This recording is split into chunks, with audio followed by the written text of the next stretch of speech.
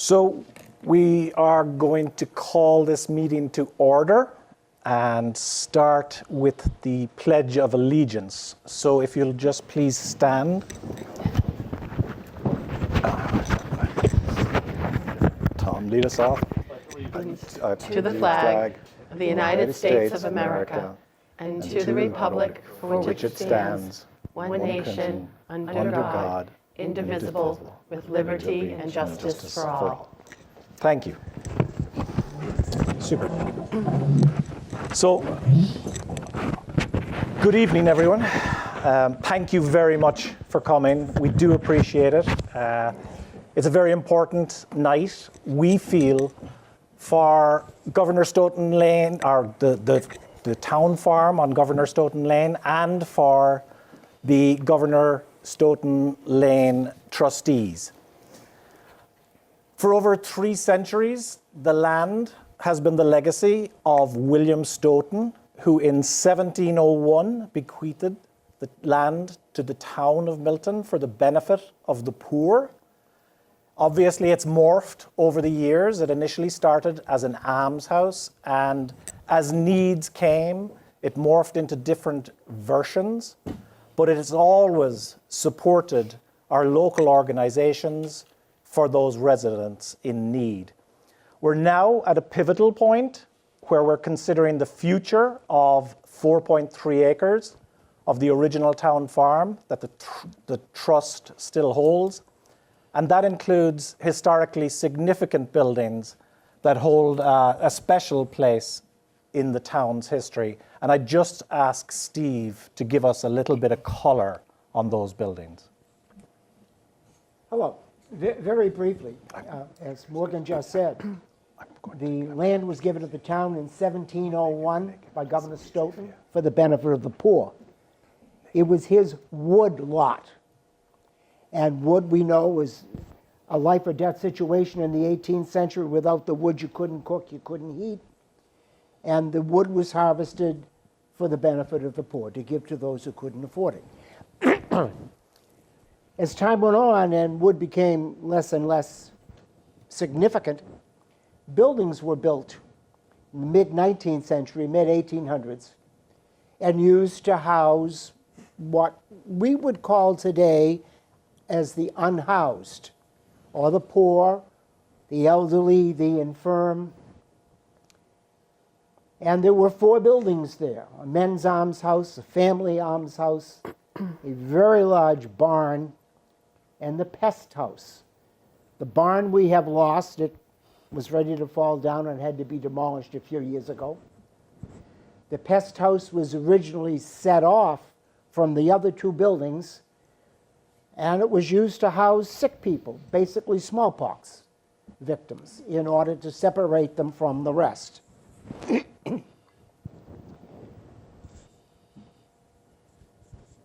The farm was worked by the residents of the farm, both permanent and transient, up until about 1941. And subsequent to that, the buildings were rented by the town, and the income from the rents was used to benefit the poor. And the 2 large buildings ceased to be used, but the pest house continued as rental property up until the time Pulte bought the rest of the property. So the buildings, in one way or another, have been in use all that time.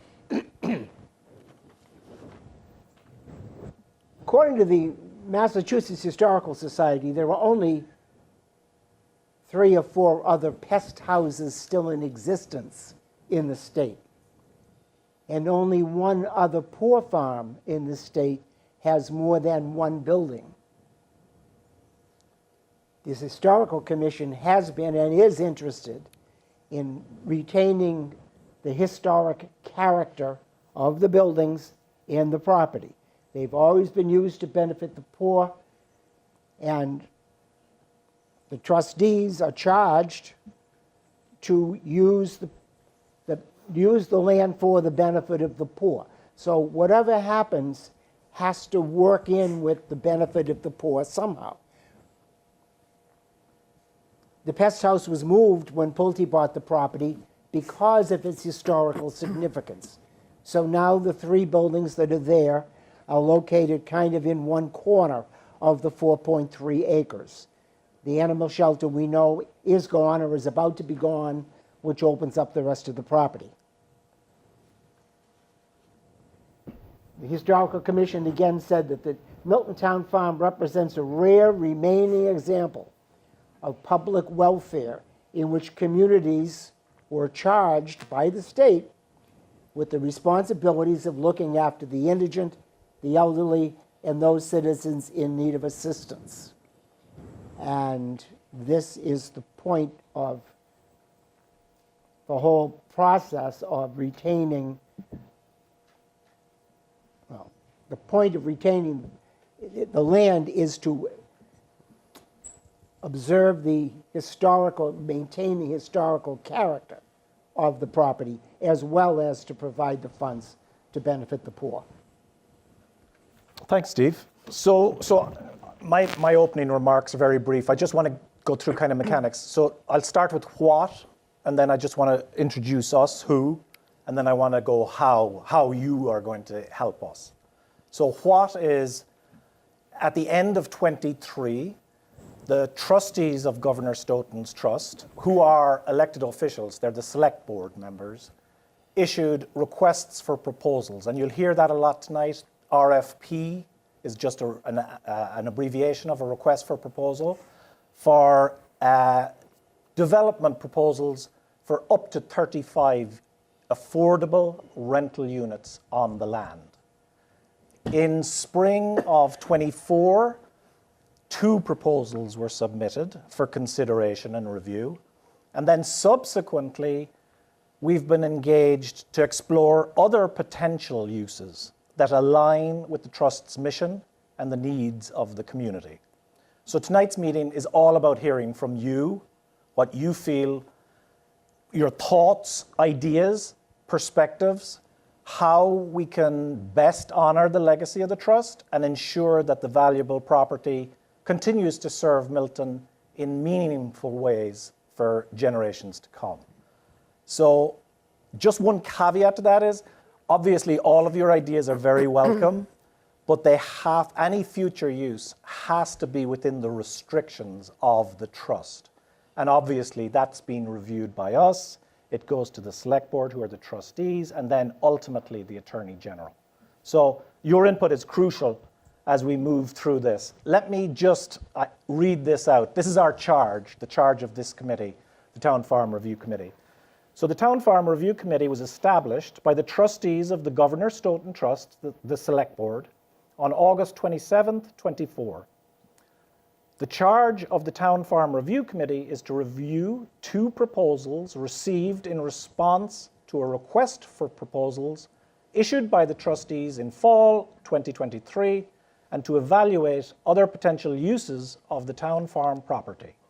The Town Farm Review Committee will report the results of its work to the Governor Stoughton Trust. So we're looking for your input to report that back to the Governor Stoughton Trust. Our membership, we've 9 members. Roxanne Musto, a lot of you know, is representing the Governor Stoughton Trust. She's on the Select Board as well, of course. We've got Meredith Hall, who's the designee for the Planning Board. Tom Callahan is the Affordable Housing designee. My name is Morgan Salmon. I'm one of the abutters on Governor Stoughton Lane. Beside me is Mike Kelly. He is a resident of Indian Cliffs, also an abutting community. Beside Mike is Maggie Wilson, who represents Woodlot Drive, another abutting community. And Steve O'Donnell is representing the Milton Historical Commission designee. And of course, we have Nick Connors here as well, who's the administrative assistant for the town, who guides us and keeps us heading in a direction. So, and Cheryl, the last member of the 9, well spotted, was Cheryl Sugas. Tagayas, that was terrible, sorry, who cannot make it tonight. She's the designee for the Master Plan Implementation Committee. And Richard. Oh, and Richard is Richard virtual? Yes. Yeah, so I apologize, Richard. I'm not looking behind me. Richard is the representative from Quissit Brook, which is also an abutting neighbourhood. So the how, and this is your part now, very easy. The guardrails are very simple. We've set aside 75 minutes or so for public comment. We'd like to restrict your comments to 3 minutes each to give everyone an opportunity to speak, which I think it looks like we'll be able to handle that. And I'll keep you on your toes. I'll give you a 30-second warning type of thing when the 3 minutes is coming to a close. Nick is going to track the 75 minutes overall. And then once we conclude and everyone who wants to speak has spoken, or we hit the 75 minutes, we'll go to that Q&A. So if anything crops up, as I said earlier, that you think, oh, I wish I'd brought up that point, you'll have plenty of time at the end. And we'll do our best to answer questions. We don't have all the answers, so we may have to get back to you. It's just, that's the situation. It's as simple as that. And I know you reminded me of something else, Nick, I was to say. Written comment, till 3 o'clock tomorrow, can be emailed. Nick will collate all emailed comments. So if there's something that you go back home tonight and you think, wow, I wish I'd mentioned that, send an email to Nick and we'll consider all of that for input as well. So with that, we'd like to start off, and I think Tim is up first. So Tim, wait, or Tom, I apologize. I usually wear glasses, Tom, but I didn't for some reason. So Tom, we'd just like you, when you introduce yourselves, your name and perhaps where you're from, and we'll go then, and I'll start the timer. How about that? Sounds good. Good luck. Thank you. Is it? Good. My name is Tom Sharkey. I'm at 35 Caroline Drive. And I'm here to share with you a letter that a number of us, 20 some odd folks in town, have written to the Governor Stoughton trustees or the select board members, urging them to swiftly make some decisions about this land and to erect 35 units of affordable housing. What I'd like to do with my time is just read to you this letter and leave with you a copy of the letter that we'll be sending tomorrow to the select board members. This is a letter to Representative Richard Wells, who's the chair of the select board, with a carbon to Ms. Musto, Mr. Cohane, Mr. Zoll, and Ms. Bradley. Dear Chairperson Wells, we are following with interest the committee created by the Select Board to consider the 2 proposals for 35 affordable housing units on the remaining 4 acres on the site of Governor Stoughton's farmland. We fully support the intent that the acreage be devoted to affordable housing, in keeping with Stoughton's will, that the land be used for the benefit of the poor, quote unquote. We were then concerned, we're talking to Mr. Wells, when you as chair and member Roxanne Musto moved to direct the committee assigned to review the affordable housing proposals to also explore other uses for the site. Historically, the land has been used for and by and for the poor, including farming and low-rent housing. That shifted with the $5 million sale of 30 some odd acres to a luxury developer who built 23 homes that now range in value from an estimated $1 million to $2.3 million. The annual interest on the $5 million sale, which is roughly about $210,000 a year, while devoted to the needs of low-income residents, does not house people.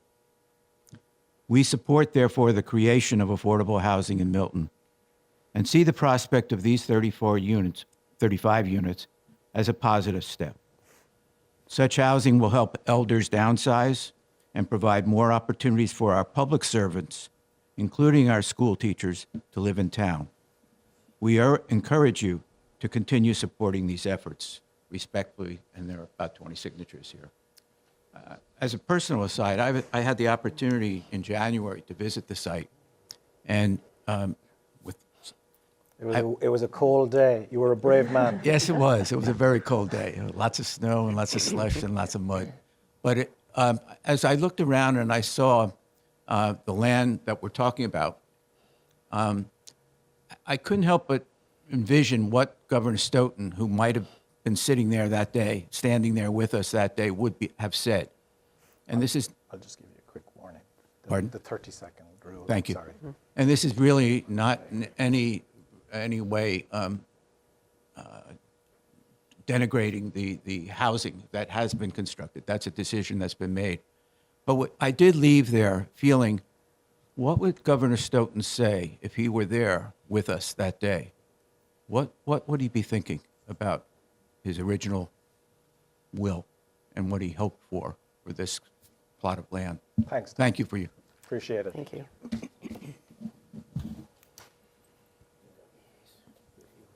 So next up, Bob Sweeney.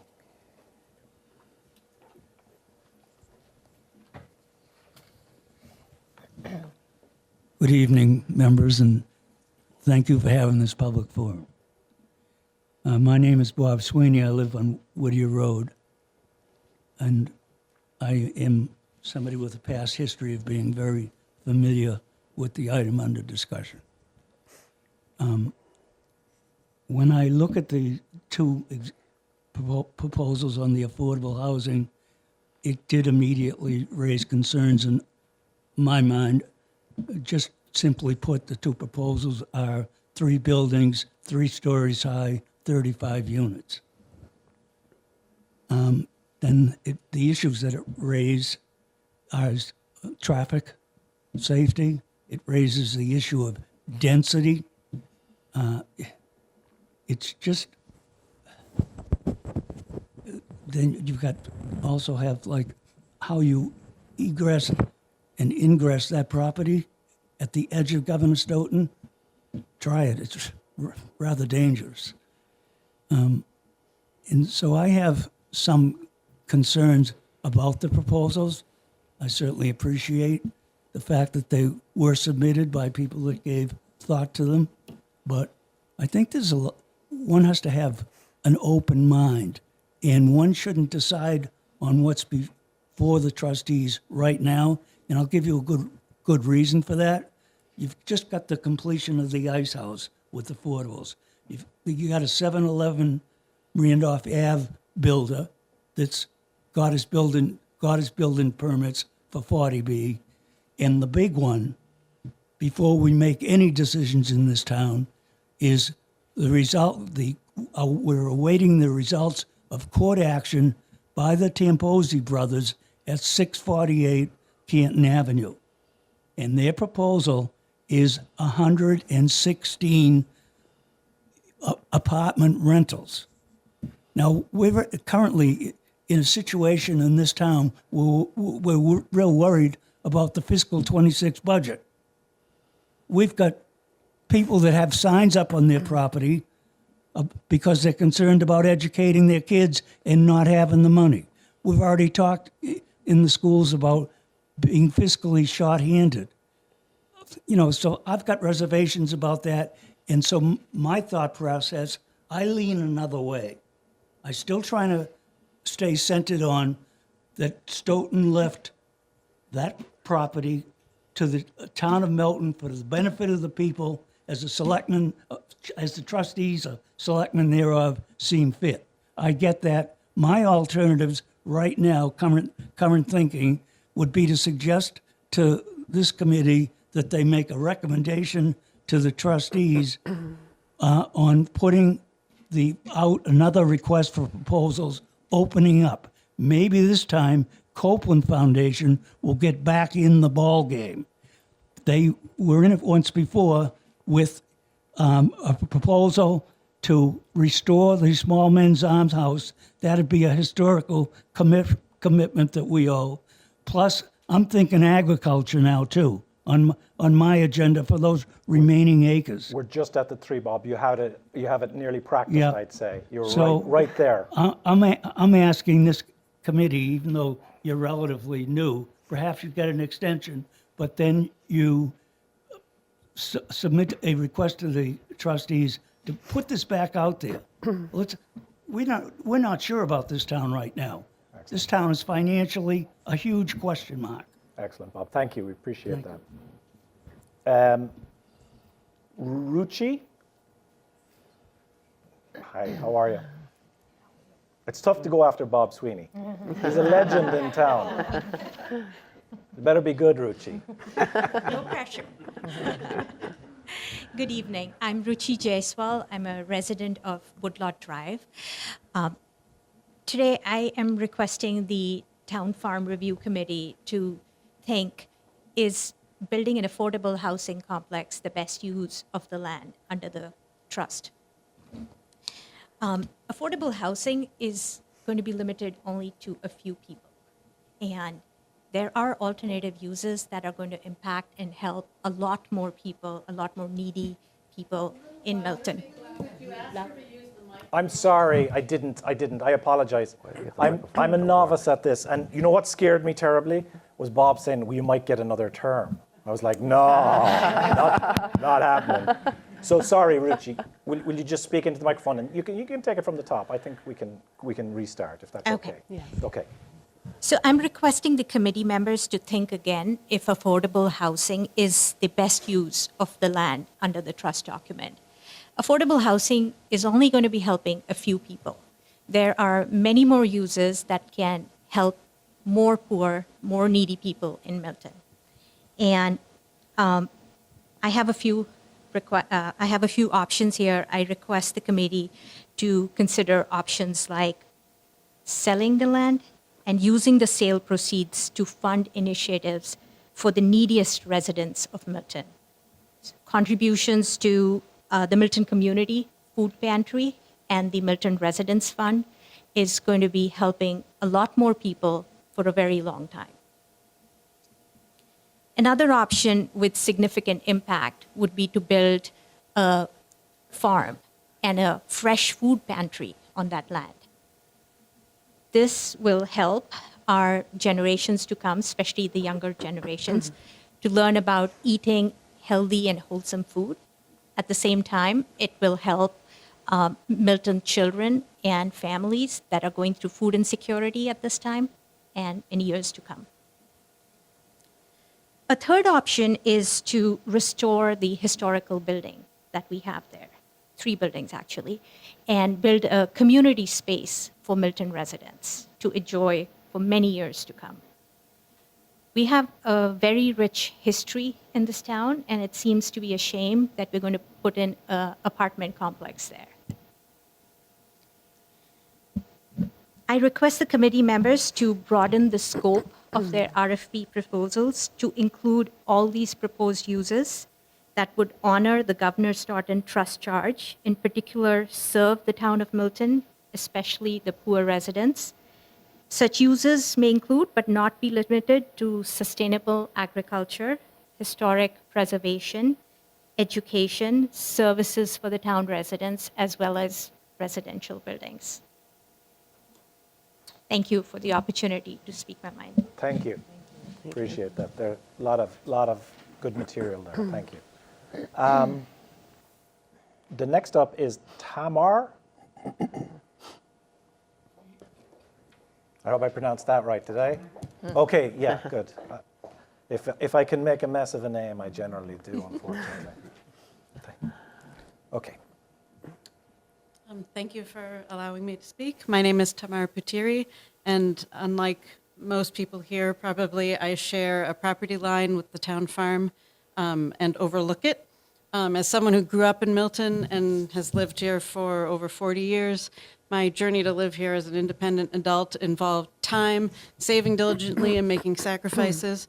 And while the first home that my husband and I purchased in Milton was much more modest in comparison to our current home near the town farm on Woodlot Drive, my both locations were the product of years of effort and determination, and the principle remains the same. We all must be mindful of the broader community's needs and the infrastructure required to support the new development.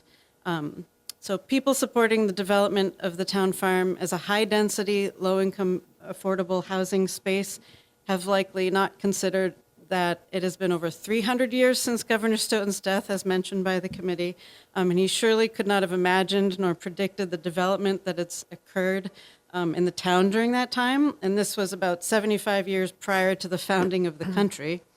And while the need for affordable housing is undeniable, developing the town farmland with high-density, affordable housing in a Class A residential area would be a concern, as mentioned by other residents, due to the lack of essential infrastructure to ensure the safety and well-being of the residents. For one, the absence of sidewalks on the access road and Canton Ave surrounding the access road, no nearby public transportation options, and inadequate traffic management would place undue strain on both new and existing residents. In addition to that point, there are many children who live in Milton Woods and along Governor Stoughton who commute to school and will be walking to the high school nearby. Because there's no sidewalk and the street is narrow, it will make it dangerous for kids and others to walk safely with additional traffic, as it already is now. And mentioned, it's difficult to get out of that street, and create greater risks for commuters with the steep slope and absence of a sidewalk on Canton Ave in that area. All these issues require funding, but where is that going to come from, since the city is already looking for the town to vote on an override to fund schools that it's allowed to go over budget? And while it's important to use the land for a meaningful purpose, as the committee is charged, and towards those less fortunate, for proposed uses such as mentioned by my neighbor Rucci, for the long-term sustainability and safety of all, it makes more sense to focus on a housing development area where the necessary infrastructure is already in place, ensuring that people can live in communities that are equipped to support those needs, and also keeping in line with the wishes to use it for the town itself and more people than the 35 units may allow. So thank you for your attention. Wow. 258. Excellent. Thank you so much. Wow. You got me off the hook because I forgot the 30-second warning. Thank you. The next up is Mike. Okay.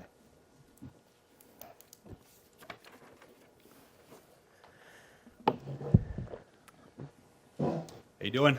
Mike, how are you? Doing good. Good. My name is Mike Chimay. I live on Governor Stoughton Lane. I'm going to reiterate some of what was just said. I think I'm all for affordable housing, and I think it's easy to sit up here and say, let's put affordable housing on this land parcel if you don't actually live on the street, and if you're not one of the neighbors. I think that's who wouldn't support it if it doesn't affect you.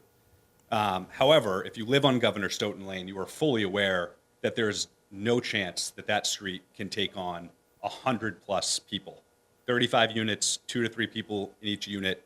You're talking about 100 people, 50+ cars going up and down the road, where as it stands today, if you're coming up and down that street in the first 25% of the street, you have to pull off of the road for somebody to actually get by you. So it cannot take two-way traffic right now. That's a huge issue, and the proposals do not deal with that, number one. Number two, there's a daycare on the street. There's multiple kids under the age of 6 years old on the street, riding their bikes up and down the street. My kids also, who are 4 and 2 years old. There's no sidewalk. And you want to add 50+ cars to that road is a major, major safety concern. I mean, I'd go as far as to say it's gross negligence to put that on this street. It is just not safe for the existing people on that street. And I think as far as, if Governor Stoughton was standing there and looking at this lot and saying, would I want affordable housing? I don't think he'd stand there and say, let's do this, even though it's not safe for the existing people that live on that street. It's not just for the people that live there, but if you're also going to go put 35 units, anybody going into those units is also in the same predicament. They're going up and down a street that is narrow. If they have kids that are going to school, you could have school teachers that send their kids to school. Oftentimes, it's not even safe to have them walk down to the bottom of Governor Stoughton Lane. And what actually happens is that they end up getting driven not to the bottom of Governor Stoughton Lane, but up to Whittier, because it's not safe to stand there on Canton Ave, on the corner, no sidewalk. So what ends up happening is their parents drive them up a street to Whittier because it's a much safer location for them to actually get on a school bus. As it stands today, the school bus cannot even come up and down the street because it's too narrow. So when you factor all that in, as it was just brought up, I mean, how is that not being brought up in these proposals as to how to deal with that? It's unbelievable to me that you can consider putting these units here when there is absolutely no infrastructure to support it. So, thank you. Excellent point. Thank you. Good points. And Robert?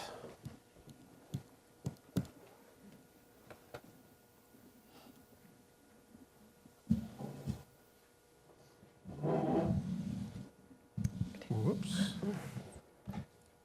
We have a troublemaker here. Yeah, right. Good evening. My name is Robert Rozovsky. I've lived at 29 Waldo Road, just off of Elliott Street, for over 33 years. I come before you tonight to strongly urge the review committee to execute its mission to evaluate the 2 proposals received for affordable housing on the site of the town farm and select one proposal so that we have affordable housing on the site. There's a crisis of affordable housing in the nation, in the state, and in Milton. Our town needs to meet its challenge of creating affordable housing for people who want to live here.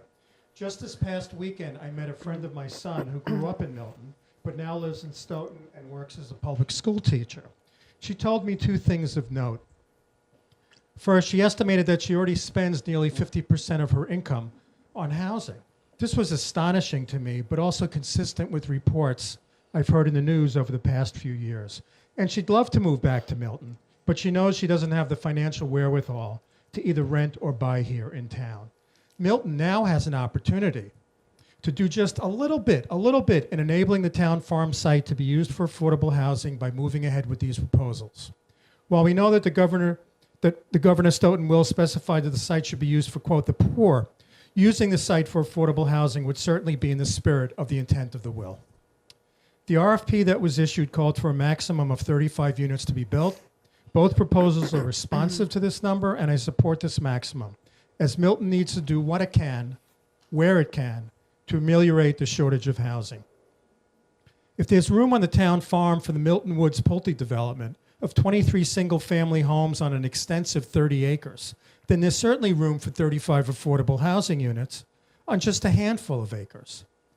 While there was a subordinate charge to the review committee to evaluate other potential uses for the town farm site, I believe that building affordable housing now is the most consistent action with the intent of the will. The proposed units would include a mix of housing units, including those for families with children, something that is sorely needed. It's time that Milton make its mark in building affordable housing and helping to solve the housing crisis. Thank you for your time. Thank you, Robert. That was some good points, too. Deborah, you're up next.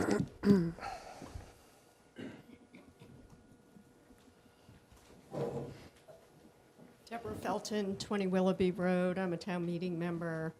I am here to urge affordable housing. We keep hearing, we can't do the MBTA community because it only had, one of the problems is that it only has 10% affordable housing. Well, here we have an opportunity to do affordable housing, and people are not voting for it. Housing is the key. It's not selling the land and giving that money for food or fuel. It is housing. People need housing first. And I urge the committee to accept one of the proposals. Thank you. Thank you, Deborah. Pete.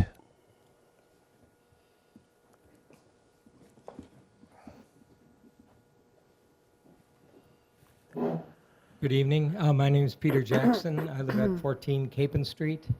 I also want to support the construction of affordable housing on this property.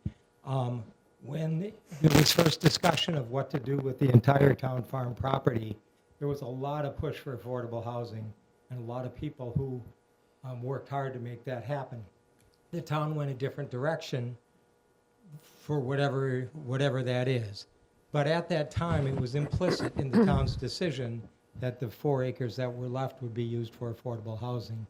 In fact, the fact that the select board voted to put out an RFP for affordable housing is another indication that the intent was that affordable housing be put on this land.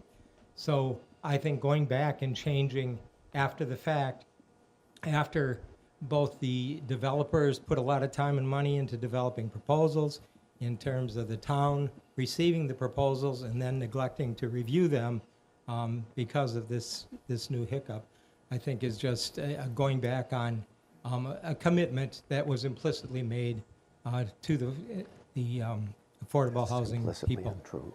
One of the concerns I had initially when the town farm was going to be broken up and talk about affordable housing, I don't believe that the full 80% median income affordable housing really addresses the issue of the poor.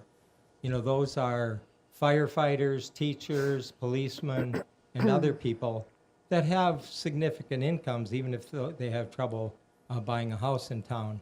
I would like to see as large a portion as possible of the housing provided here to be subsidized at a higher level. Maybe it's 30%, maybe it's 50%, but those are the type of values that will actually support the poor, which was the intent of this project to begin with. The last thing I want to say is people have brought up the infrastructure issues and the road and things like that, and there's no doubt that those are significant. But I believe that they can be addressed, and there can be safe and adequate ingress and egress and pedestrian development of the property to make this a safe, attractive, and real asset for the community. So I urge you to go ahead with the affordable housing component and look for the Affordable Housing Trust to negotiate with the developer to get a higher level of affordability for these units. Thank you. Thank you, Pete. Next on our list is Rob. There it is. Oh, super. Thank you. My name's Rob Levash. I'm a town meeting member in Precinct 10. I'm also a current park commissioner. As much as I would like to take this to suggest using this land as parkland and field land, that this town absolutely needs affordable housing. In 2020, the town of Milton completed a housing production plan with the suggestions on how the town could proactively plan our community to increase affordable housing options while retaining its character. At the time, the town had 479 units on the SHI, or subsidized housing inventory, which represented 4.97% of the state minimum threshold of 10%. It was during this time that some planning members suggested this deficit left our town susceptible to 40B developments, which could be planned without local control. 5 years later, the town has added a mere 14 units to the SHI, but has seen a major uptick with 40B developments under construction. Currently, the town will add 215 units when these developments are completed. This will bring the SHI to 7.63%, short of the state affordability threshold. While Milton home values have grown substantially over time, we simply have resisted creating affordable housing opportunities within our community. The remaining 4 acres of the town poor farm is an opportunity to correct this trend with a viable and exciting project for the site. I'm encouraged by the vision of the current proposals which the town received, but I also understand the importance of neighbors and community input. I hope that a positive community engagement process will help to define the project and hold true to Governor Stoughton's wishes for his land to benefit those less fortunate. Thank you. Thanks, Rob. And Julie? Hi.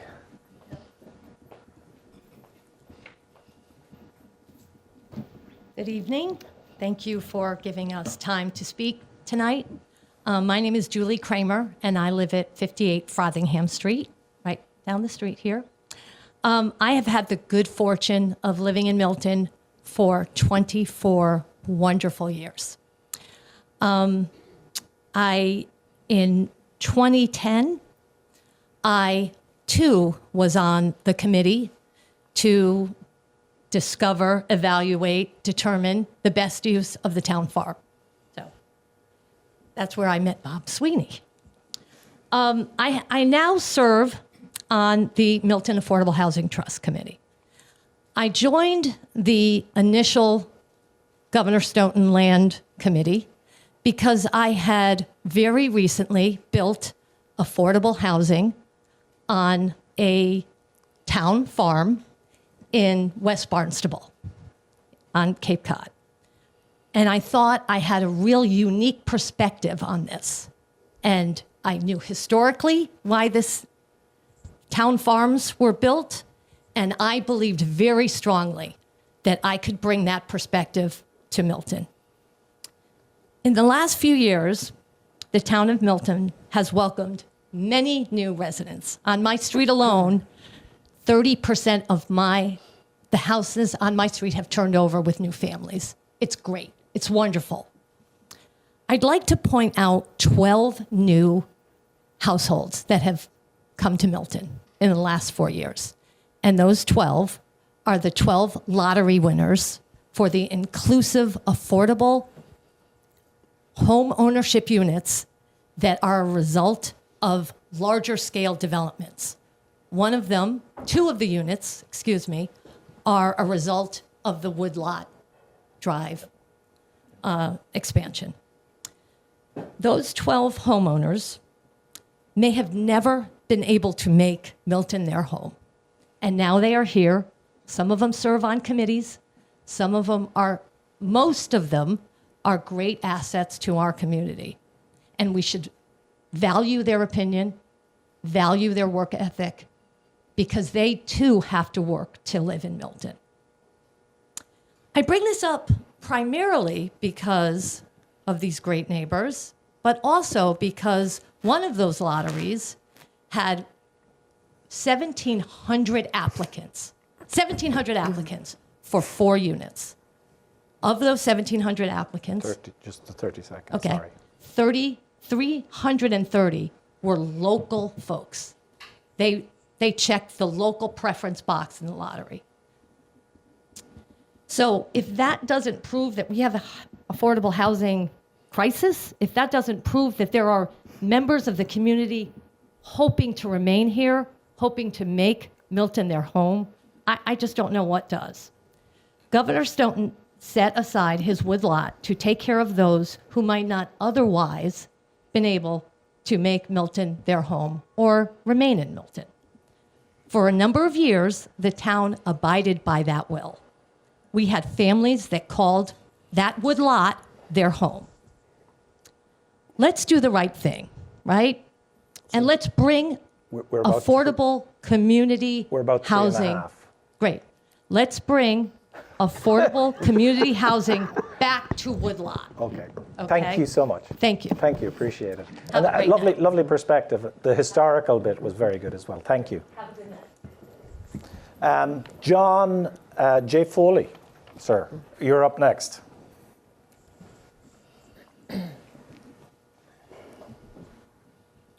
Good evening. My name is John. Is this on? Yes, you're good, John. My name is John Foley. I live at 90 Governor Stoughton Lane. I think I'm just going to piggyback on what some of my neighbors and colleagues said on Governor Stoughton Lane. I have 2 children. They ride their bikes. I think we're all for affordable housing. I just don't think it makes sense there. What people have covered, the street is so narrow. It's so narrow. You can't get 2 cars up and down it. My understanding on the public housing, there's no access to public transportation. There's no place for them to shop. We're all for affordable housing, but let's put it somewhere where it makes sense. Like at the town farmland, it just doesn't make sense. The street is too narrow. There aren't any sidewalks. There are a lot of little kids, mine included. We're all for affordable housing. We'd like to see that happen. I just don't think it makes sense, at the town farmland. Thank you for your time and attention. Thanks, John. That's good. Rosa. Hi there. Yeah, I think I'm with John. I think I support affordable housing, but however, I don't think the old farm is a good location for that property. It's not the proper for that project.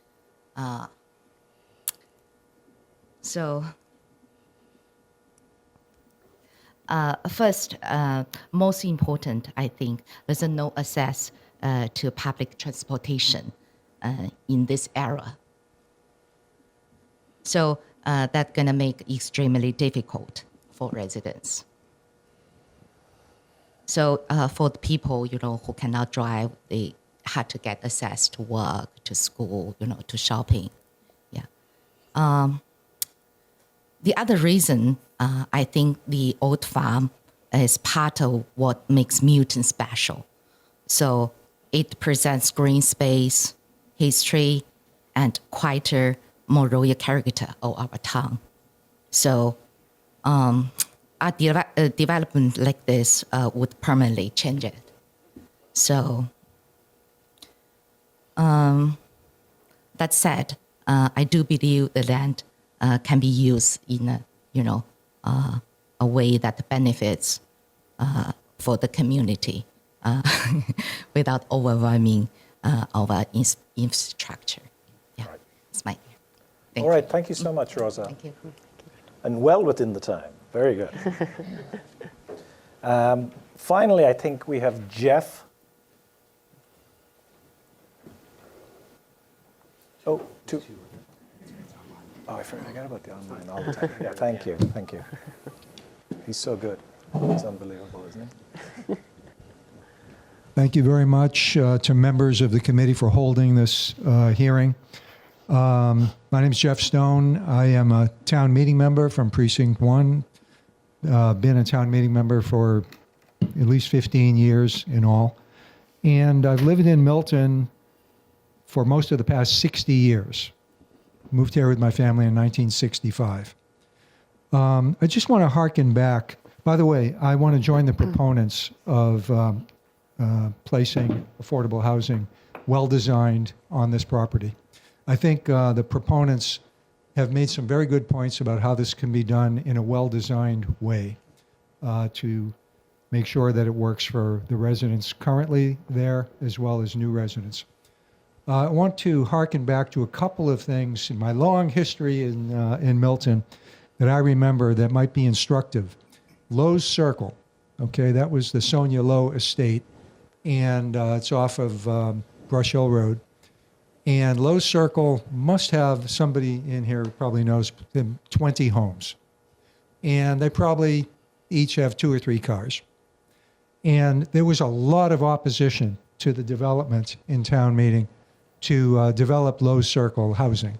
People said there'd be traffic and density, and Brush Hill Road would be crowded and dangerous, as if all the cars came out at one time.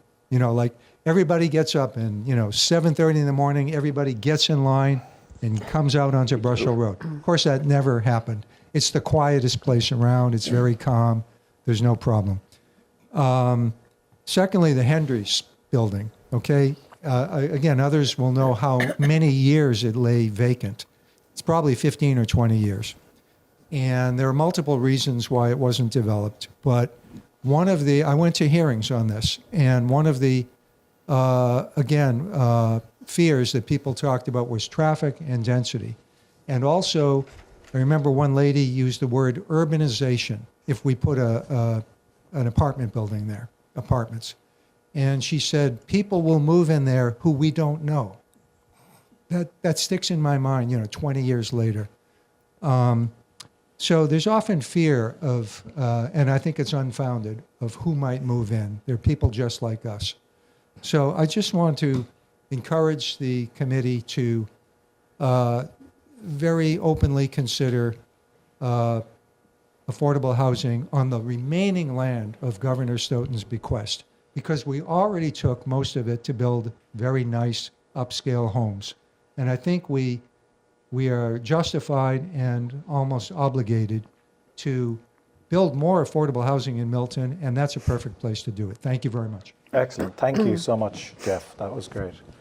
And we have a few online, and I believe Christine, you're up first. Christine, would you remind us of your name and address, perhaps? And can you hear us? No, we can't hear you. This is like everyone's since COVID, isn't it? Can you hear me? Are you on mute? No, you're on mute. It's always mute. No. So will we try LRS instead? LRS, can you hear us? No, it's Christine's the only one that's unmuted right now. Oh, Christine. Hello? Yes, Christine. How are you? Oh, miracle of miracles. Okay. I'm going to ask one more time. Can everyone hear me? And please don't say this counts to my 3 minutes. No, it doesn't. It doesn't. Can you just tell us your name and address, and you can start, and then I'll put the clock on. How about that? All right, wonderful. My name is Christine Turnier, and I live on Parkway Crescent. I want to start just to make sure that we don't lose sight of the fact that, like, this is an amazing gift. I am not from Milton. I'm not from the New England area originally. And I sometimes feel like people forget that, like, not every community even has an opportunity to have this debate. And that's a really wonderful, magical thing. So I just wanted to take a minute to sort of acknowledge that we are in a really unique position. And I'm strangely grateful to even be in a position where we are discussing what to do with this amazing bequest. As I made a point over the last, hour or so of really trying to listen to everybody's comments and understand the needs of the abutters in the direct neighborhood. And, things like agriculture and educational or cultural centers, those are really wonderful things. But that's not what we, the town of Milton, have been charged to do as best serving this bequest. And that is to help the poor. There's no way we can get around this simple fact, which is the single biggest cause of poverty or contributor to poverty in Massachusetts is housing costs. There's no way around that.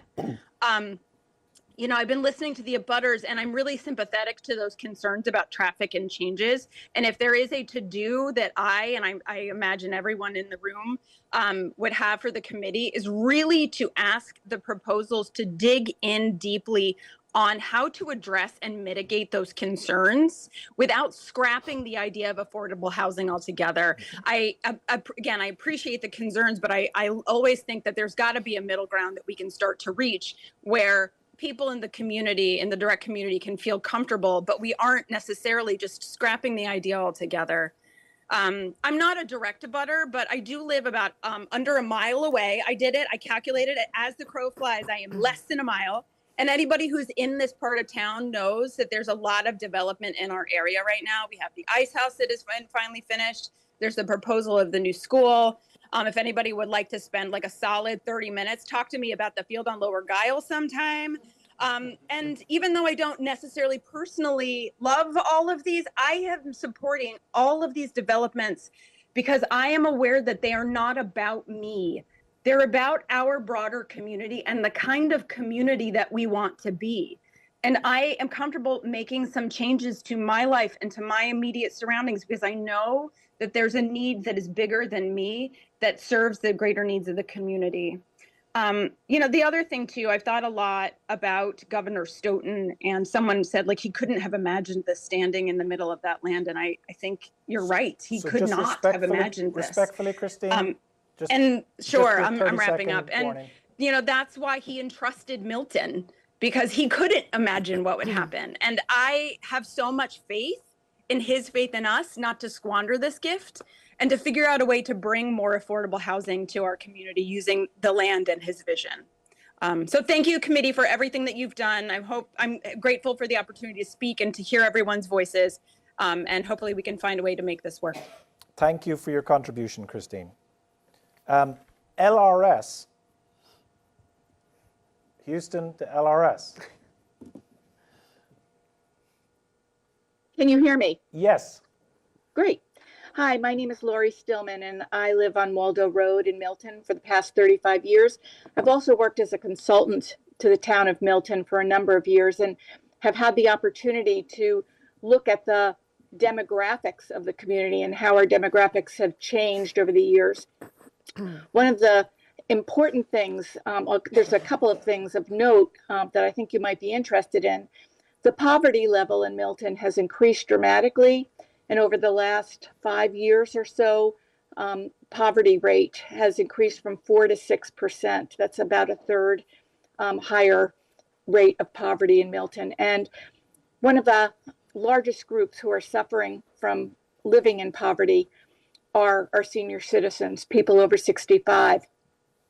The reality is that right now there is a tsunamic growth of seniors that live in Milton. The largest cohort of people entering 65 come from my generation, of the baby boomers, one of the largest groups ever in the country, in the history of our country. And in 2022, about 17% of our community were seniors.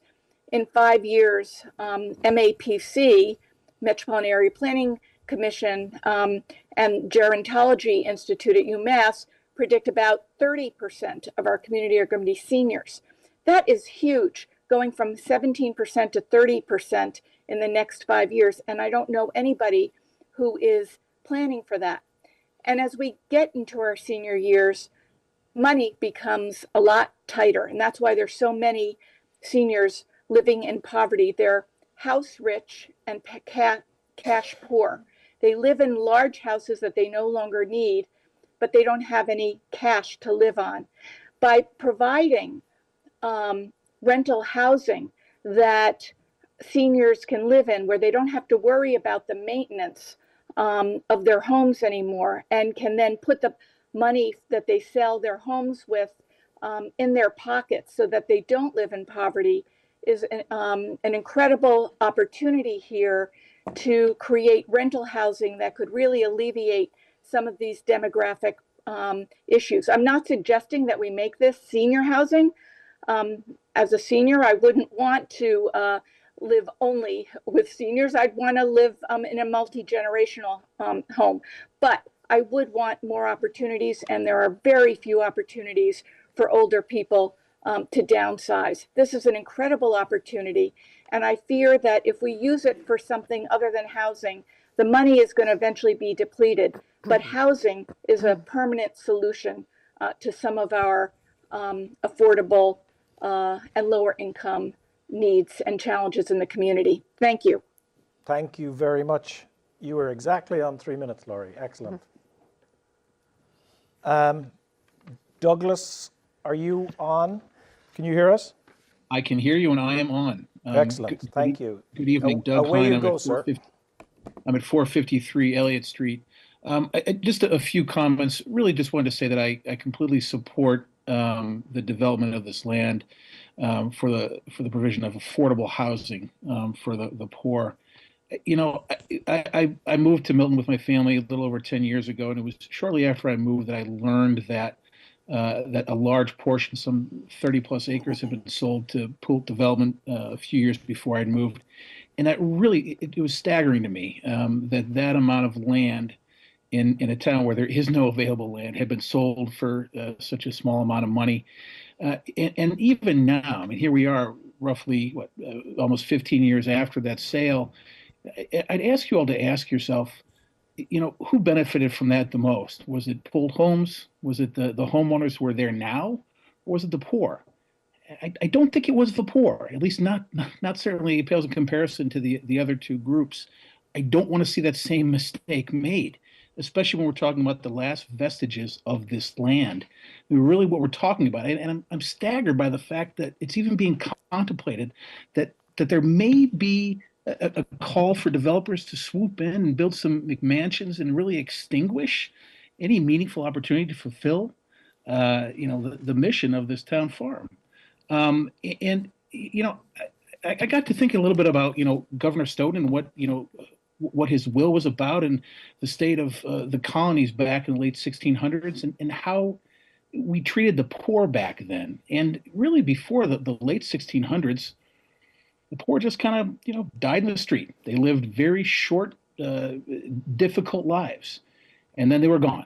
And Massachusetts, the colony of Massachusetts, led the way in this country, passing laws, called them poor laws, to benefit and make the lives of poor people better.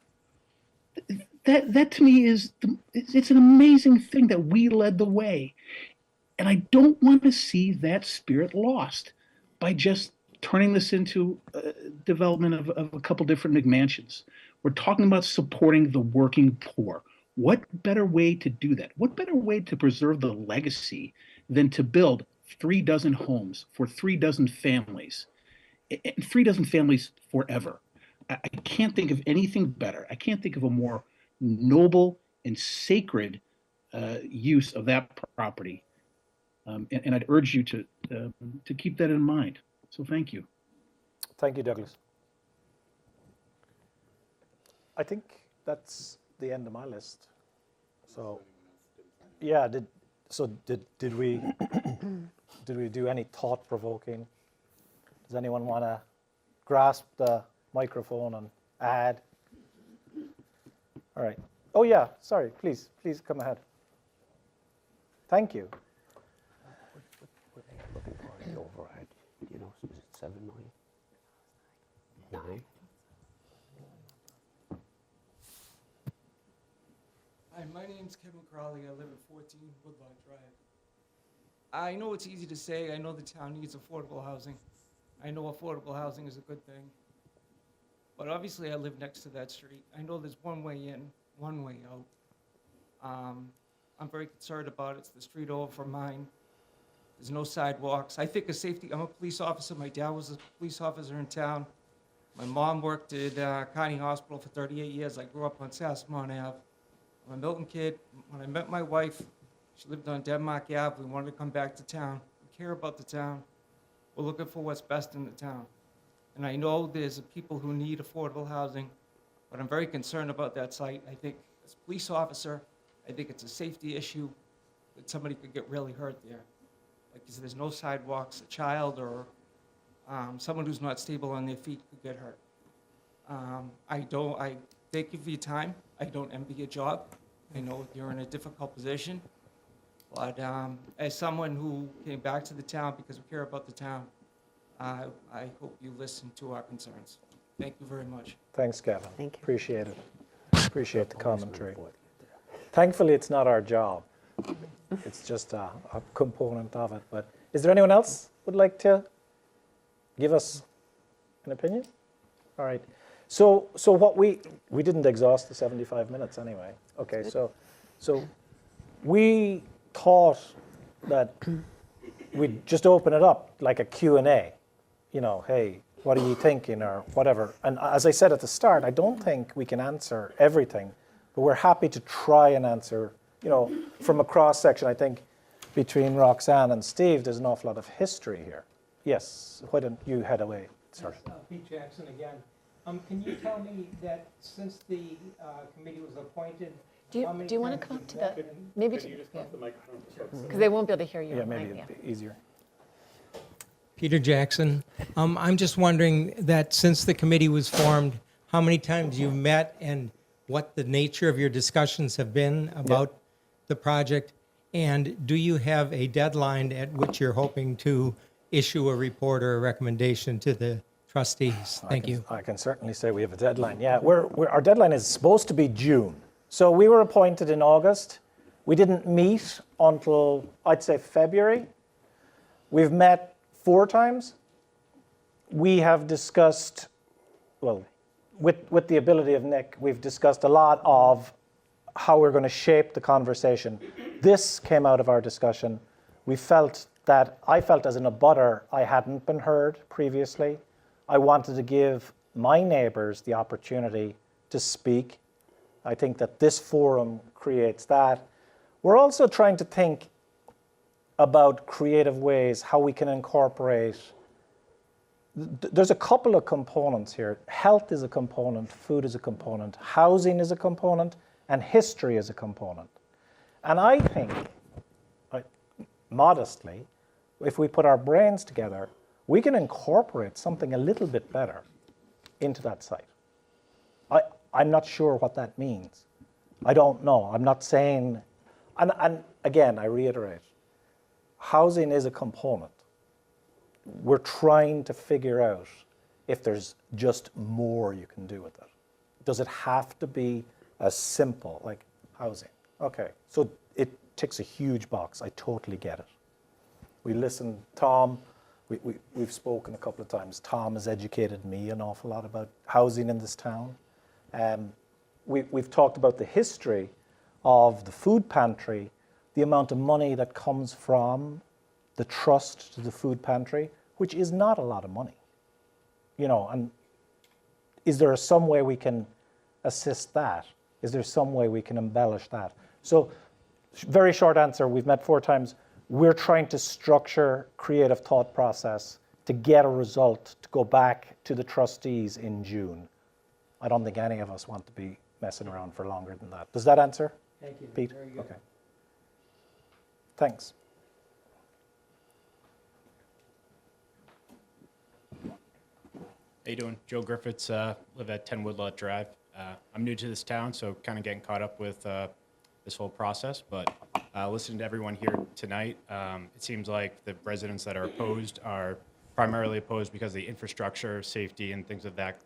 And I can understand that, having driven down there myself.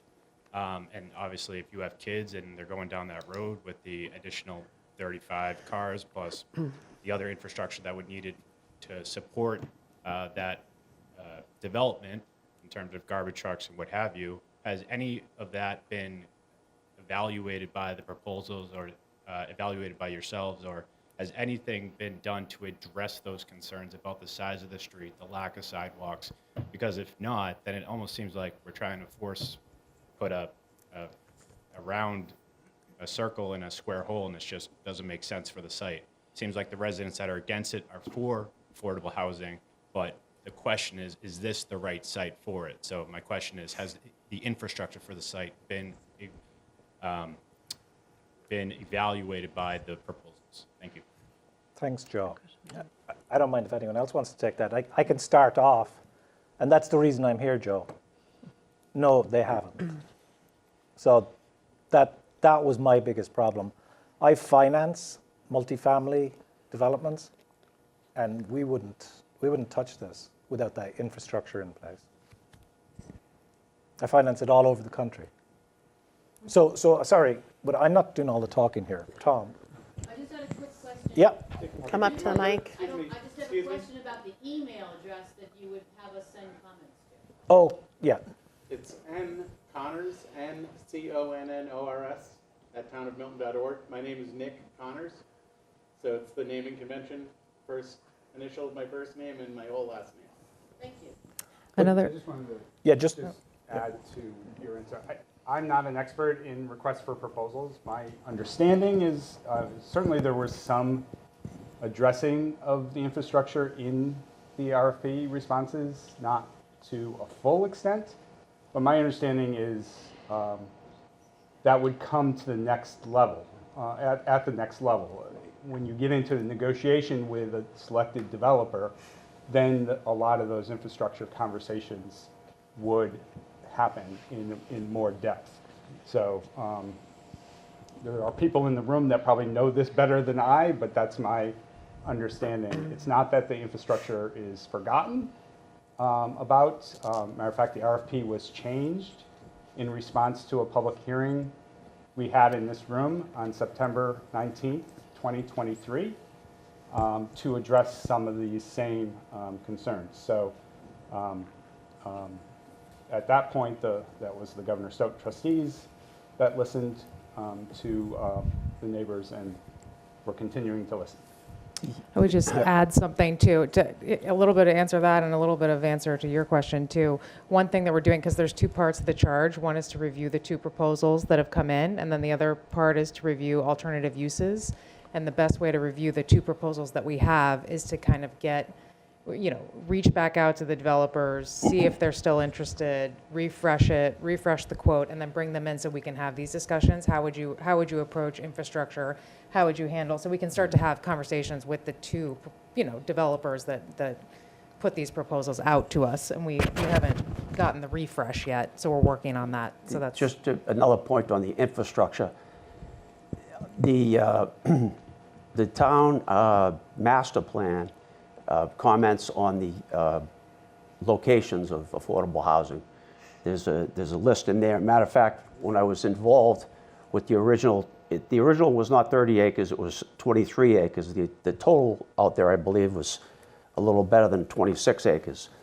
But the infrastructure, I pulled up some information today at work and unfortunately left it there. But I quoted a group that Tom was involved with that laid out criteria for, intelligent, affordable housing. One of the things being, you've heard it mentioned here today, being near public transportation, being near commercial areas.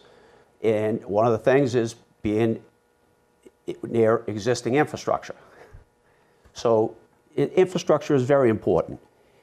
There's only two things in the two proposals. One proposal says their only indication of any type of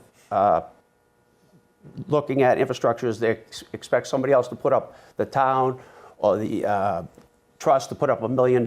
They don't say if it's for curbs or sidewalks or widening, or they don't say anything.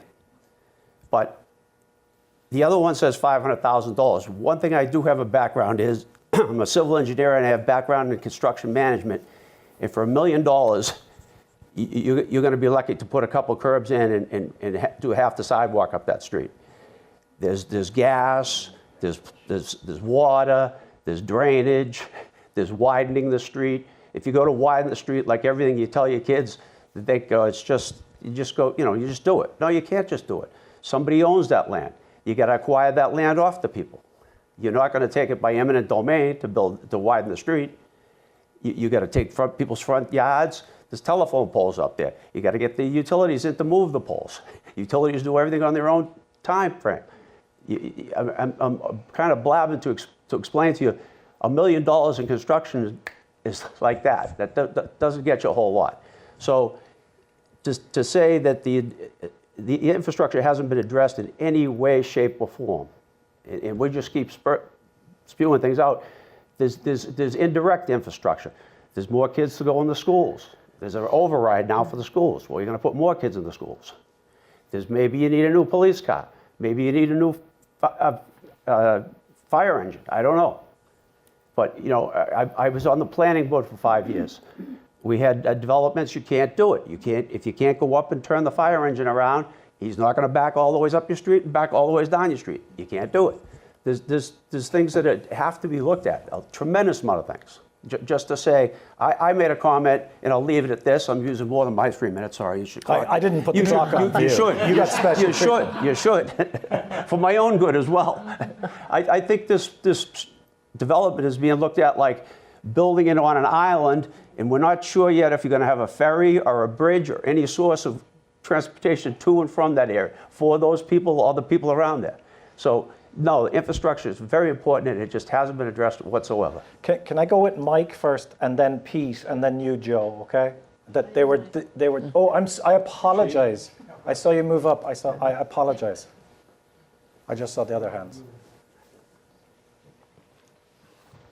Good evening. I'm Kathleen O'Donnell. I am Precinct 7, also Chair of the Board of Appeals, the new Chair of the Board of Appeals. I also am an attorney that is in real estate and has represented 10 affordable housing trusts in other towns who have issued RFPs. I have 3 of them now that are out for responses. So I just wanted to address didn't get your name almost at the end of the table. Steve. No, not Excuse me, Maggie. Maggie. Is that Maggie was right? Is that you would be looking when the responses come in? You have a checklist of things that you would be addressing and issues that would be looking at those proposals with guidelines as to what your criteria are, and that's how all these processes work for these affordable housing trusts. Mm-hmm. It's too early for a developer to be able to address the infrastructure because they not going to be spending that kind of money on something that they don't know that they're going to get. And so all these questions that people have had about the sidewalks and all that sort of stuff is not something that a developer would be addressing at this point. They would be listing it, something that they would talk about if in fact they got the award. And then you have a purchase and sale agreement with all kinds of contingencies for financing, for access, for all kinds of title issues, you name it. So there's a lot of steps that have to be completed before you start, being concerned about the fact that we have kids in the school system that we don't have room for. Gotcha. So I just wanted to explain that the process is a little bit more drawn out than people might think, and that there is criteria. You would be discussing it. You would be looking at those 2 proposals and saying, okay, fine, which one seems to be the best? But that's a long way before you actually have ink on a deal. Right. Thank you. Thank you. You should be on this board. What are you going away from us now? Mike. I think that was actually phenomenal, just kind of talking through the process and how it works. I'm also in commercial real estate, so I have a pretty good understanding as to how it works, and it is a long, drawn-out process. It's not easy. One of the questions I had for you guys is, RFP went out, there's 2 proposals. Was there only 2 proposals, or were there a lot more and only we narrowed it down to 2? Those are the Just only two. ones, Just too. two. You do lending, multifamily. When a property hits the market, and it's a really good property, don't usually get a lot more than 2 proposals. So, and I ask that question, I mean, it's probably pretty clear here that I'm pretty blunt, but I ask that question because I think in reality here, and you were talking about infrastructure, I think the reason why these proposals didn't necessarily address the infrastructure is because it's very clear that from an underwriting standpoint, and I've underwritten, hundreds of buildings, mostly industrial, but other asset types as well. From a numbers standpoint, if you have to work those numbers of infrastructure into the budget, the numbers don't pencil anymore. That's just a fact. So you're right, $1 million isn't going to get you anywhere. It's probably $5 to $10 million. Never mind the fact you have to acquire land from multiple abutters. So I don't actually think that dealing with this infrastructure and being able to provide it is realistic. I don't think the developer can afford it. I think if they had to do it themselves, the land doesn't have any value and they couldn't pay anything for it.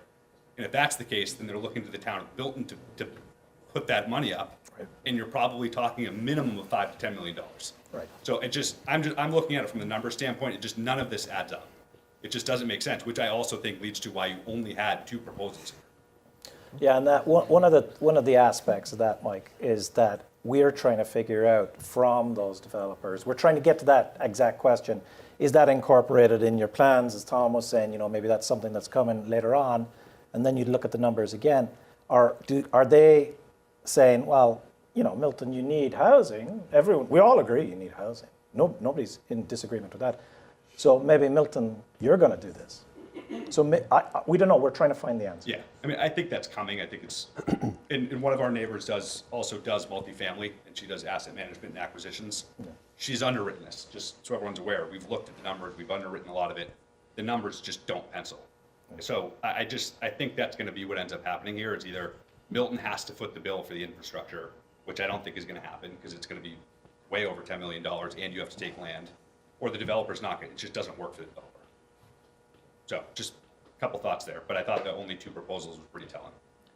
So let me just respond a little bit to that. It is an 100% affordable RFP, which limits the pool of developers that are willing to bid on that.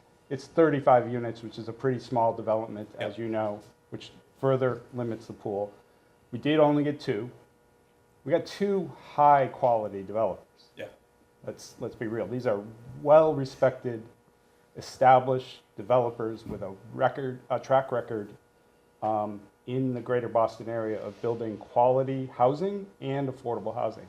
So, sure, would we like to see 4 or 5? Yes, but we got 2 really highly respected quality proposals, elegantly designed. Even folks that oppose building housing there admit that it's beautiful, looks beautiful, and I think that speaks for itself as well. Yeah, no, I think that's great. And I think because they know what they're doing and they're smart and they've done this before, I mean, we deal with people like that all the time on, the investment side in my business. Mm-hmm.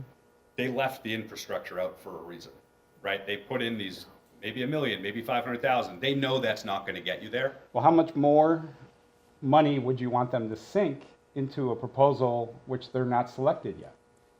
But it's just a write-up, Tom, I could tell you. Yeah, well, exactly. It's not going to cost them a lot of money to say $5 million versus $1 million. Let's just I know, yeah. So again, I tell you what we'll do. And we've exhausted the 15 minutes. Yeah, we have exhausted the 15 minutes, but I do think everyone has come out, and I do think that we should listen to Pete. I think you had another question, Pete, and I do think Joe, if that's fair. Is that okay? It's up to you all. I'm just letting you know. No, I appreciate that. I appreciate you were keeping it. So I do think it's super important, like I said at the start, and I do like. Okay. Pete Jackson again. Having been on the planning board, and others here have been on the planning board. We all know that this will go through a site plan review process at which all those issues are addressed and reviewed, costs are reviewed. The description of infrastructure being bandied about here are crazy in terms of both there's no land takings involved, depending on how they design the road come out of there. Certainly the developer, as part of his proposal, intends to put the infrastructure within the site required. So the water connection from the street into there, it may be a public project, it may be part of his cost, but all those things are worked out as part of a site plan review process. They certainly have nothing to do with an initial proposal for a proposal. So to make that a barrier to supporting the affordable housing there is just throwing straw dogs. I think it's, I have to kind of step in. It's unfair to say that to look at both sides of something is opposing something. Yep, but it's not looking at both sides. People have to understand that there has to be a measurement here. There's a reason why over 4 or 5 years ago with the master plan and 5 years on the planning board, I constantly heard the bullet points of what was intelligent build out for affordable housing. Near infrastructure, or where existing infrastructure is, near public transportation, walkable to commercial property. There's reasons why that was put out. Now, the people in the town of Milton have to say, yes, affordable housing is good, and we got to do something about it. But you got to do it intelligently. And why you think that there wouldn't be land taking, you had gentlemen here say to you tonight, you can't get 2 cars up and down that street. You're going to have to widen the street. And how you think you're not going to have to widen the street, maybe you could design it. Maybe you're going to put a bridge over and on that. I'm being a wise guy now, but it's called a public right-of-way. Now, that's what it's called. Well, you can't just take land. No, you don't. It's a public right-of-way. Okay, that's fine. But thank you. But these are just to bring these infrastructure questions up at this point as something that might sway, a decision on what to recommend is a false question. I agree. But I think it's a consideration, and that's what we're discussing. Joe.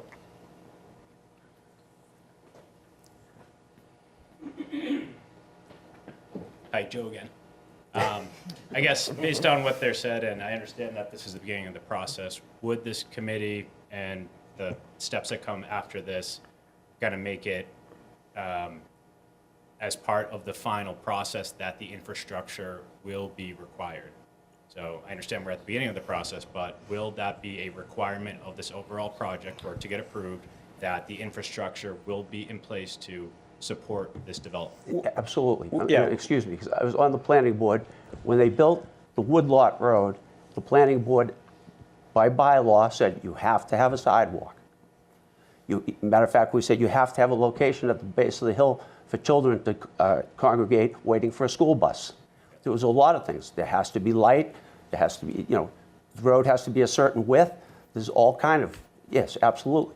But back to that topic and being early, I mean, we don't want to lead the developer down the road thinking that the town of Milton's going to cough up, like people have stated, and I'm completely on board, probably a minimum of $5 million to make that workable.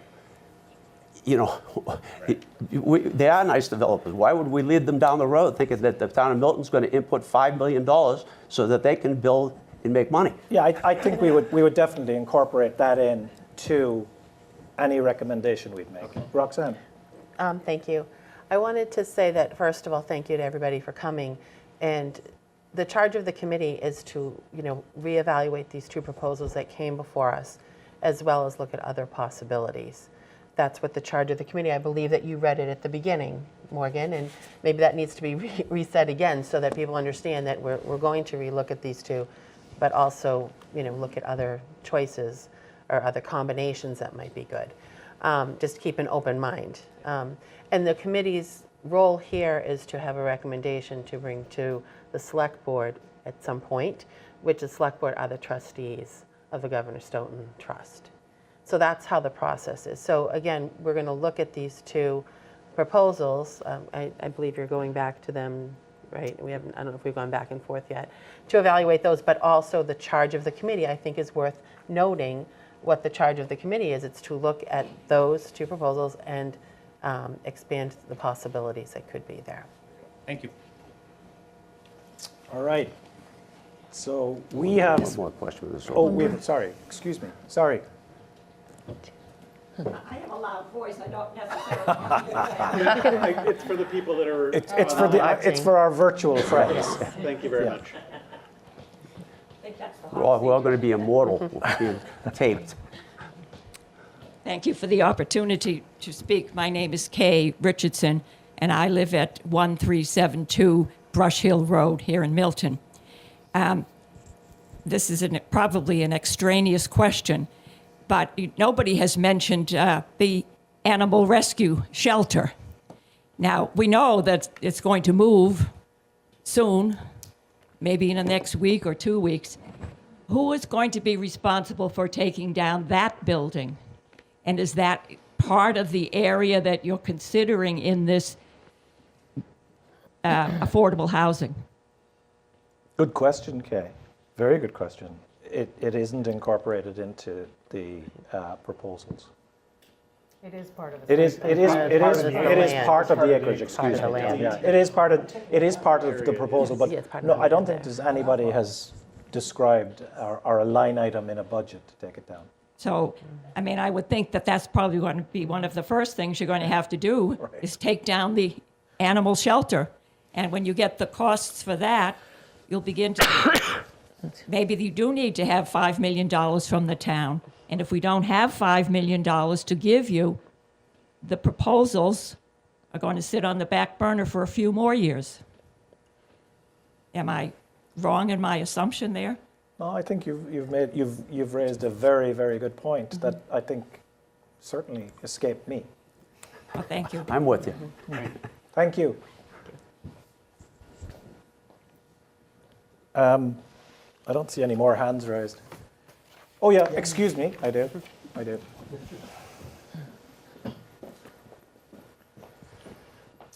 Thank you. Again, Julie Kramer, 58 Frothingham Street.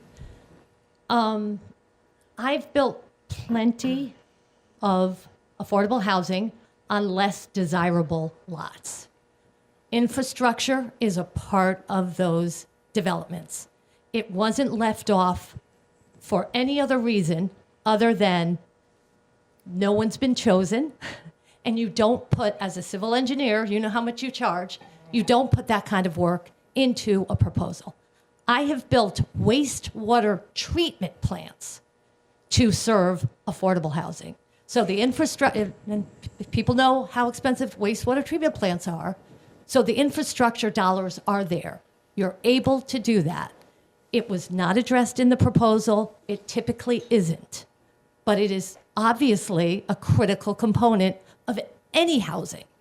So it's not going to be forgotten or not paid for or left stranded or having to build a bridge. It gets developed. That's good because we should ask because we're going back to the developers. I have a question for you. When you say it's there, it's where? Is it with the developer or with the town or with the trust? It typically is with the developer. The developer will put up the money for the infrastructure. It's typically with the developer. Okay. There are lots of grants. I know we're in the middle of the MBTA communities, so maybe we won't get a grant, but there are plenty. They're called mass work or mass works grants that deal specifically with infrastructure. I wish the developer had said we expect $1 million from the Mass Works grant rather I than think the if town you of ask them, have you asked them? Well, no, I was just about to you say need to ask them. we're going back to the developers Right. to confirm that they're still a go and their budgets are still appropriate. There's been no cost inflation. So maybe that's a third question that we can ask. Could you break out that infrastructure, how you intend to pay for it? I think what I would prefer to do is ask the folks that drafted it and understand that it was or was not left out intentionally because that would be part of the transaction as opposed to the proposal, which is what I believe based on the conversations I've had, but I want to confirm that. Okay, fair enough. Thank you, Julie. Thank you again. We have exhausted. We have exhausted. Nick keeps us on track here. Otherwise, we go all night long. So he keeps us on track totally. So we're just going to go through the minutes from the last couple of meetings and approve them. So if I were you, I'd skedaddle as soon as I can because it's ultra boring. Thank you all, folks. Really appreciate it. Thank you. Thank you. Motion to approve the minutes from the last. So it's a little more complex than that. Everyone hasn't been here for all the meetings, plus we have to do a roll call. Yeah. That makes sense. Absolutely, yes, thank you very much. I don't, I'm sorry. It's Nick Connors. Sorry?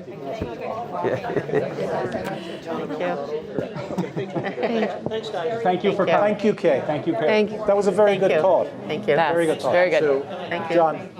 Sorry, it was Kay.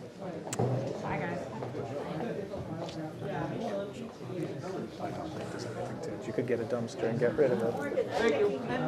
Thank you. so can we? Hi, how are you? It's nice to see you. Nice to put a face to you. Yeah. He's a star. So You're a there's celebrity. 2 meetings that everyone was at. Yes. If my notes and minutes are correct. Those 2, you can just make a motion and everyone can vote. The other ones, we can only vote if we were there. So which dates? The 1:30 and 3:12, everyone was present. I'd make a motion to approve the January 30th and March 12th. Correct. I'll second. So, And I'll make a motion to. Oh, No. now we got to go all in favor. Roll call. and then We have to go roll for a call. roll call. Roll call. We have to include Richard. Let's not Yes. forget that. I am We can start He's like Oh, to approve. to approve the minutes. Two of the minutes that we're all at. Mike, Yay. yay. Well, no, you got to call people's names. Oh, Because it's sorry. remote, you have to say their Oh, name. you got to call Yes. people names. Richard. You approve the minutes? Yes. Yes, he said yes. Yes. Roxanne? Yes. Yes. Tom? Yes. Morgan, yes. Mike? Yes. Okay, great. So that's those 2 on February 22nd. Maggie and Richard were not present, so they cannot vote if I have my notes again. I'll make a Yeah, motion for the February I wasn't there, 22nd. Correct. I'll second. Okay. Richard, do you approve?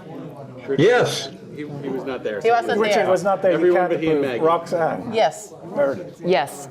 Yes. Morgan, yes. Mike? This was the site visit? No, this was the No, this is the site visit, right? Yeah. Site Site visit. visit? I wasn't there. Oh, I thought this is why I asked for it. Thank you. Wow, thank God somebody's in charge. Thank God there's an adult in the room. And then one more? So Maggie, Richard, and- Is there one more or no? Yes, the three of them March were there. 26th, 25th. 25th was it? I just wrote this down. Yeah, March 25th. Okay. All right. Yep. No, According that's to fine. the, so I'll make a motion to approve the minutes of March 25th. I'll second. Who wasn't there? Steve, Mike, and Richard were not there, I believe. Roxanne? Yes. Meredith? Yes. Yes. Morgan? Yes. Okay, fantastic. Thank you. We're all Then caught we're up. done with the minutes. I'll post them tomorrow. Can I ask? Thank you. Did, Are we adjourned? Did you send something out to the developers again? Nick had already spoken to them, yes. So by the time that There was nothing written or anything? Nothing written? Nick had spoken to them prior to our meeting, so no, there was not. Nick said that conversation that he had would suffice. Okay, and we're meeting next week? We are meeting 16th? April 16th and May 15th. are those Okay. A next week from two. tonight? Correct. A week from tonight. Yeah. Over there. I do not have anything yet. I'm hoping to have something for next week. I will send it in advance if I receive it. Do you know what he asked of them? Excuse me? Do you know what he asked I of was the not on developers? the, I can ask him tomorrow. I was not a part of the conversation, so I don't. Are we ready to adjourn? If they were still interested. No, I think they've already answered the interesting question. I think They the are issue interested. was It the was financial. There's The two finan- parts the of financial, right, price, that's- like yeah. the financing team and so No, we confirmed they were. Yeah, they are. They're still in the game. The issue is whether they can update their price or willing yeah, to. you know, stick on for everything. Okay. Was here? Morgan. Cheryl? I'll make a motion that we adjourn. Thank you. A second? Second. Okay, roll call. Roxanne, are you here? Yeah, yes, Yes. Yes. Yes. Tom, yes. Yes. Can we get Richard too? Steve, yes. Oh, he's Richard, gone. He's we're going gone. to adjourn. Are you in He already favor? adjourned. He already Adjourned on adjourned. his own. Okay, thank you, everyone.